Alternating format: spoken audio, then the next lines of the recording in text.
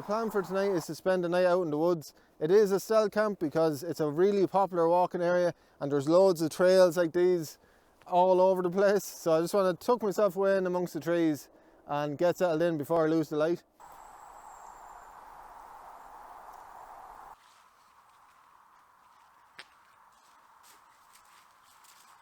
This is all birch trees. It's a lovely bit of woodland. I'm going to find the spot now before the light goes altogether.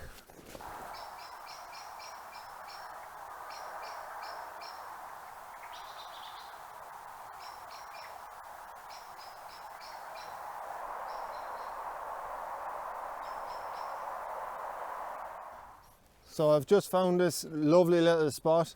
I have a tarp with me, so I want to put a ridge line up.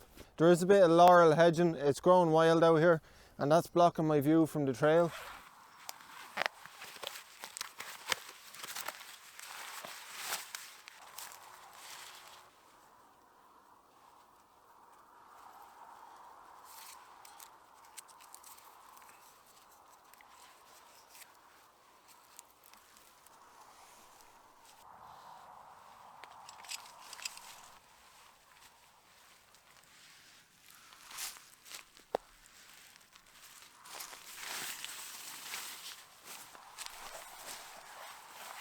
The plan for tonight was to come out, spend the night in the woods and keep it really simple. Because it was a stealth camp, I decided to bring out this bag. It's a laptop bag. It's probably about 25 or 30 litres. It's definitely the lightest bag I've ever had. It only weighs about 7 kg including water, so that's really good. I'm not really bothered about the weight, but I know some people are. So I just thought I'd weigh it and see what it is. I do have another bag on the way that'll be more fit for purpose, and it hopefully won't draw too much attention to myself because it is plain black. So when I get that, I'll give you a look at it. It's only 5:30 in the evening, so I'm going to get some of my gear set up here now, and I might get my dinner on because why not?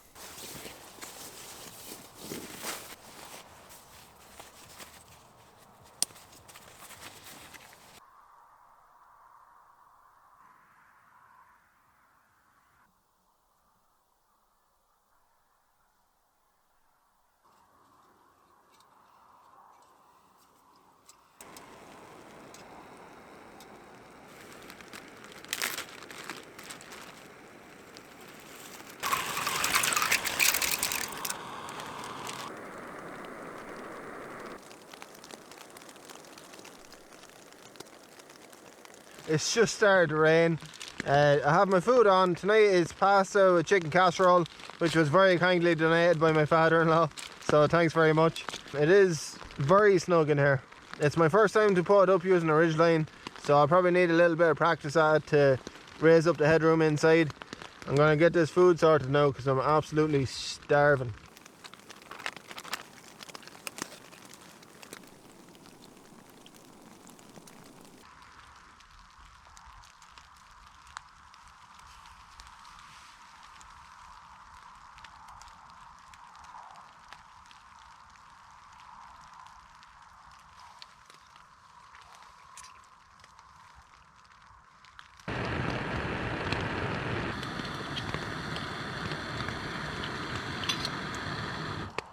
Just get my tea sorted here. I'm having a cup of tea with some mangled rich teas. I may get a little box that fits rich tea. I'm sure there's such a thing out there.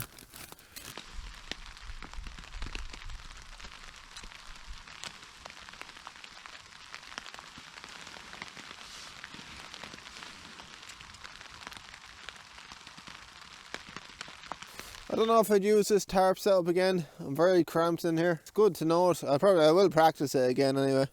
And if I was just out here to lie down and go to sleep, it would be ideal. Spending 14 hours in this tarp setup is probably going to be a bit much. Something that I've noticed is that the rain sounds like footsteps on the leaves. And yeah, I'm a bit paranoid that there's someone walking up behind the tarp.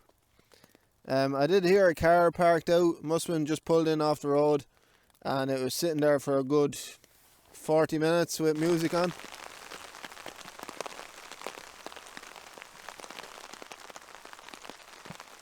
I had a lovely cup of tea there earlier on. The casserole was savage, and as you probably saw, I brought in a Ziploc bag.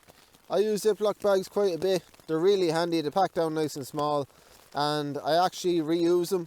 So I just turn them inside out, I give them a really good wash, make sure there's no food left in them, and then I dry them really well, and I just put them back into storage. So the only time I replace them is when they get punctured. If I couldn't wash them out and reuse them, I wouldn't use them at all. I'd be going with lunch boxes and things like that.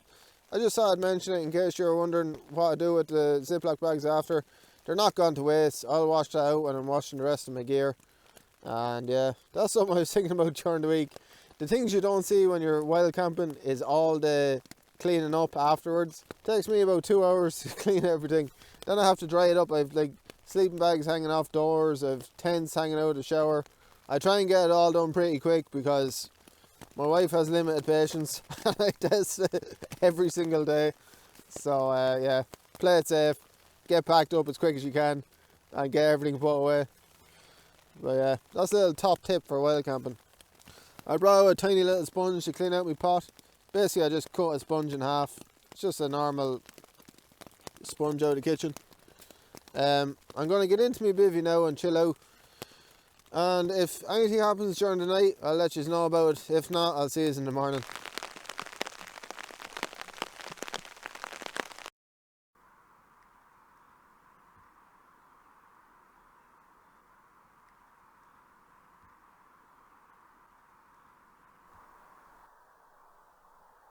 I slept really well last night. The bivvy saved the day. That was brilliant. I need to get the knack of getting into it.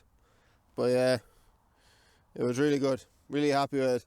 The tarp sagged down last night, so I had even less headroom. It was literally just on my face. So that wasn't ideal, but I was dry, I was warm. I did hear that car again. Now I don't know if it is a car or if there's a house just up here out near the road, but I'm 90% sure it was a car. I had my earplugs in and I could still hear it with the earplugs in and over the rain. So yeah, that was there for a good while last night now. I'd say he was there for a good hour and a half anyway, and I went to sleep then, so he was still there and I gone to sleep. I heard a branch breaking over here this morning. I reckon it was probably just a deer passing by. I have a tiny little cup of tea. There's only about 250 mils of water in there. So, oh, it's nice though.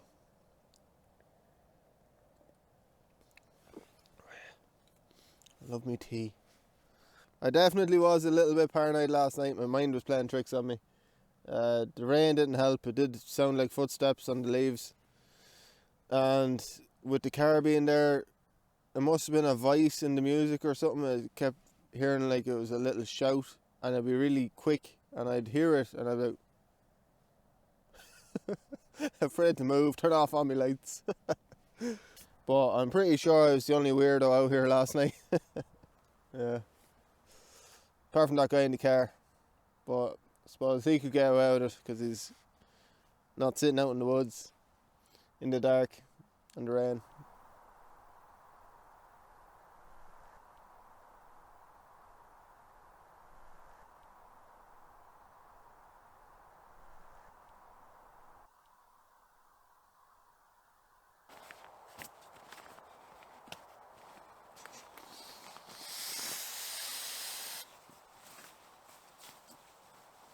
I just got the sleeping bag out of the bivvy, and there's just the tiniest little bit of condensation on the bottom. It's absolutely tiny, so I'm really happy with that. Yeah, I just thought I'd tell you, because condensation is a big thing with bivvies.